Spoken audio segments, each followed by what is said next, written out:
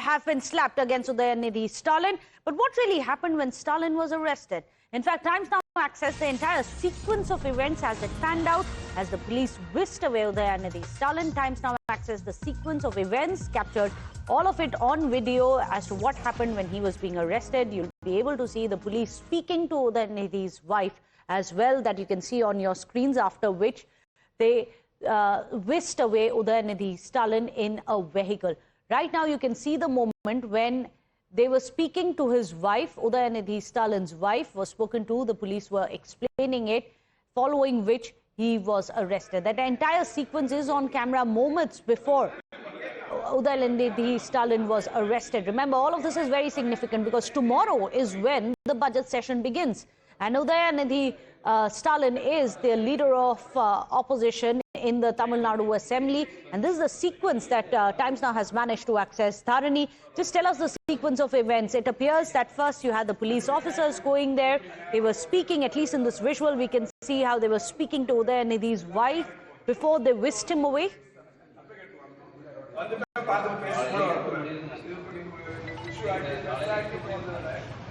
Well, if you look at the sequence of events, of course, this protest by the DMK happened, yesterday around 11 a.m. in the morning. And a video of Udhayanidhi Stalin making this distasteful remark began going viral since yesterday afternoon. So by yesterday night, all the TVK leaders, the second line leaders of TVK, they started calling out Udhayanidhi Stalin for his inappropriate behavior.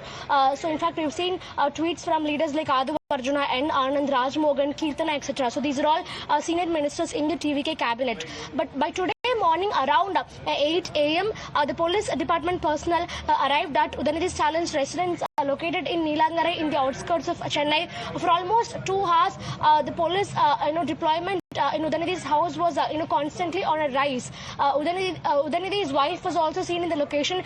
Kritika Udhayanidhi was seen talking to the police personnel, and many senior DMK leaders such as K. Nehru, E.V. Velu, M.R.K. Paneerselvam, etc.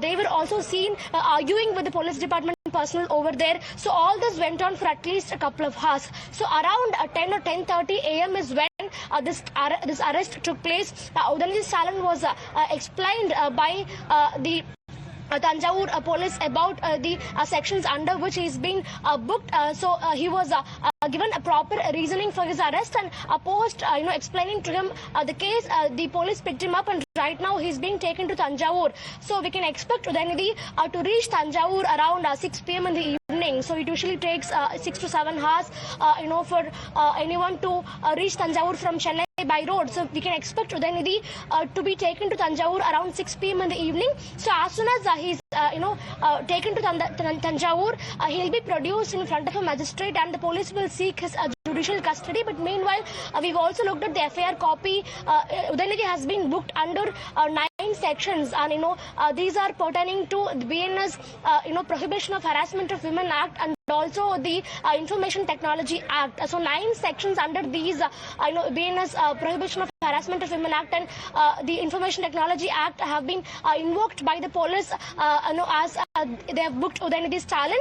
So definitely the DMK will also not remain silent after this. The DMK has already approached the Madras High Court, and we can expect Justice G.K. Ilandirian of the Madras High Court to hear this matter in the afternoon. So the DMK in fact originally filed an anticipatory bail petition, but despite the anticipatory bail petition, now the police have already arrested Udhayanidhi Stalin. So now the police will seek a bail for Udhayanidhi Stalin.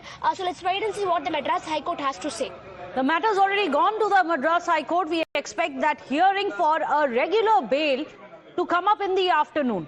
Till then, Udhayanidhi is going to be in custody. But let's remind you, why this big brouhaha over Trisha? Trisha is someone who's an actor who's not connected to politics.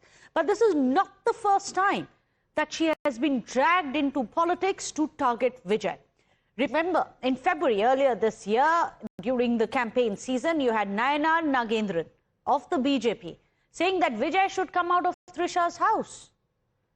After which he faced a lot of condemnation, a lot of criticism. He was forced to come out and said, I apologize for having spoken those words. Trisha herself took to social media and had denounced these statements.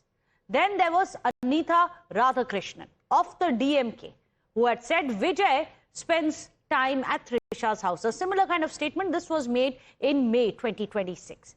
Then you had another one which is coming in. This one was from Ariyappan, another DMK worker who said that Vijay's son can find him at Trisha's house.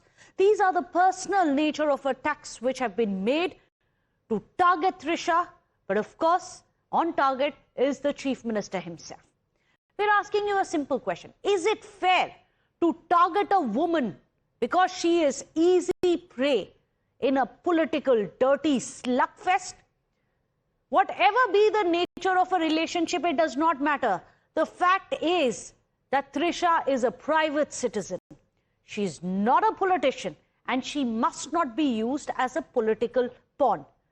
What is the action which should be taken by the state? All of that is up for debate. But this is something that perhaps everyone can agree. Of course, on his part, Udhayanidhi Stalin says those comments were made about Trisha at all.